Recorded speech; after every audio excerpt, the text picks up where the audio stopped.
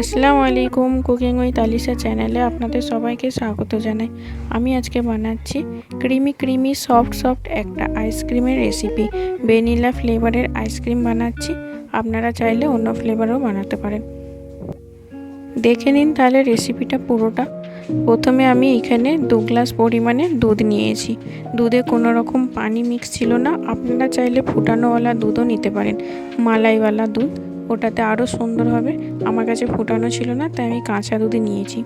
এখানে আমি 3 চামচ পরিমাণে কাস্টার্ড পাউডার নিয়েছি, আর এখানে আমি ভ্যানিলা ফ্লেভারেরই কাস্টার্ড পাউডার নিয়েছি। আর এখানে আমি দিচ্ছি 3 চামচ পরিমাণ পাউডার দুধ। পাউডার দুধটার কারণ হচ্ছে এখানে যদি কোনো এক্সট্রা পানি থাকে দুধের মধ্যে, সেটাও অ্যাবজর্ব করে নেবে, আর কোনো রকম পানির ভাগ থাকবে না আইসক্রিমে। একদম ক্রিমি সফট একটা আইসক্রিম থাকবে। আমি এখান থেকে সামান্য পরিমাণে দুধ তুলে নিয়ে কাস্টার্ডে দিয়েছি, আর ভালো করে একদম মিক্স করে স্মুথ একটা ব্যাটার বানিয়ে নিয়েছি। আর এখানে দেখতেই পাচ্ছেন দুধটা ফুটবো হয়ে এসেছে। এই পর্যায়ে আমি পরিমাণ মতন চিনি দিয়ে নিচ্ছি।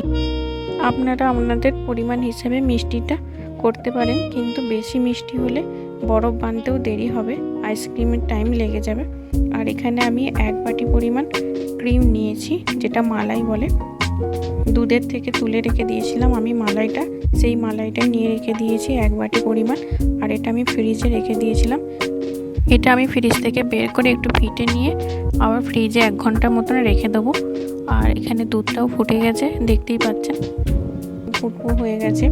এই পর্যায়ে আস্তে আস্তে এখানে কাস্টার্ডটা আমি দিয়ে নিচ্ছি।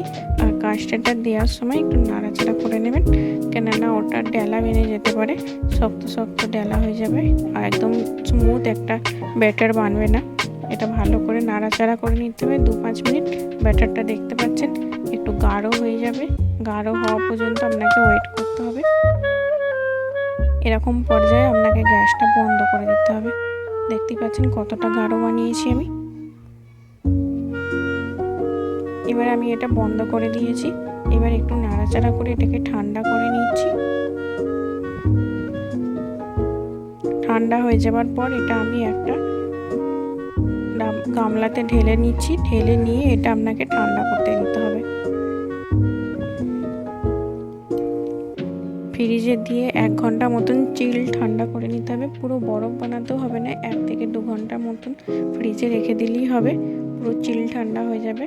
তারপরে আমি দেখাচ্ছি আপনাদের পরের প্রসেসটা। দেখতেই পাচ্ছেন 1 ঘন্টা পর আমি এটাকে বের করে নিয়েছি। 1 ঘন্টা পরে কেমন হয়েছে থিকনেসটা। আর এইদিকে মালাইটাও আমি ফ্রিজে রেখে দিয়েছিলাম 1 ঘন্টা মতন। দেখতেই পাচ্ছেন মালাইটা কত সুন্দর হয়ে গেছে।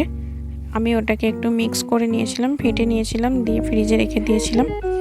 আর দুটোকে আমি একসঙ্গে মিক্সার গ্রাইন্ডারে দিয়ে নেব। কাস্টার্ডের যে ব্যাটারটা সেটাও দিয়ে নিলাম, আর মালাইটা ওর সঙ্গে অ্যাড করে দিলাম।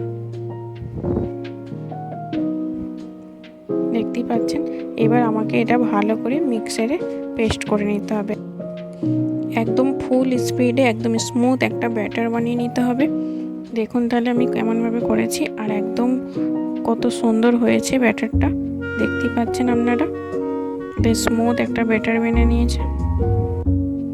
আমি যেরকমভাবে বানাচ্ছি আপনারাও ঠিক সেরকম প্রসেসে বানাবেন, দেবেন কোনো রকম পানি থাকবে না, আর বাজার থেকে কেনার কোনো প্রয়োজনও হবে না। একবার বানিয়ে বাড়িতে দেখবেন নিশ্চয়ই, আর নিশ্চয়ই আমাকে কমেন্ট করে জানাবেন কেমন লাগছে। আর দেখুন আমি একটা চৌকো পাড়া ডাব্বা নিয়ে নিয়েছি প্লাস্টিক, আর আমি ব্যাটারটা ঢেলে দিলাম এখানে। আমি এখানে একটা পলিথিনও নিয়ে নিয়েছি, ধুয়ে পরিষ্কার করে রেখে দিয়েছিলাম।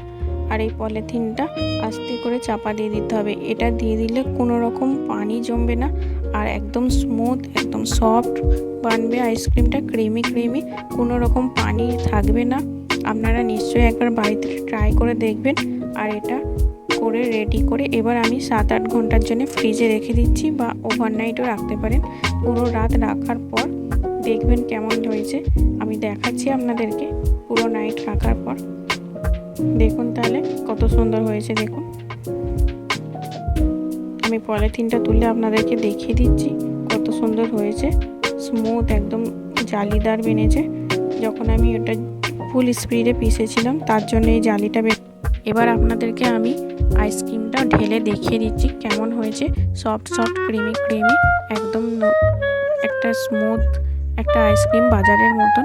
একবার বানিয়ে দেখবেন আর বাজার থেকে কিনে খেতে ইচ্ছা হবে না আপনাদেরকে নিশ্চয়ই। আমি এটাতে কোনো রকম ড্রাই ফ্রুটস বা টুটি ফুটি দিইনি ব্যাটারে। এখানে পুরো প্লেন বানিয়েছি বাজারের মতন, শুধু উপরে একটুখানি ড্রাই ফ্রুটস দিয়ে সাজিয়ে নিচ্ছি। আপনারা চাইলে এখানে টুটি ফুটি দিয়েও সাজিয়ে নিতে পারেন বা প্লেনও খেতে পারেন, দেখবেন খুব সুন্দর লাগবে। আর বাড়িতে বানিয়ে একবার দেখবেন আর আমাকে কমেন্ট করে জানাবেন কেমন লেগেছে আপনাদেরকে।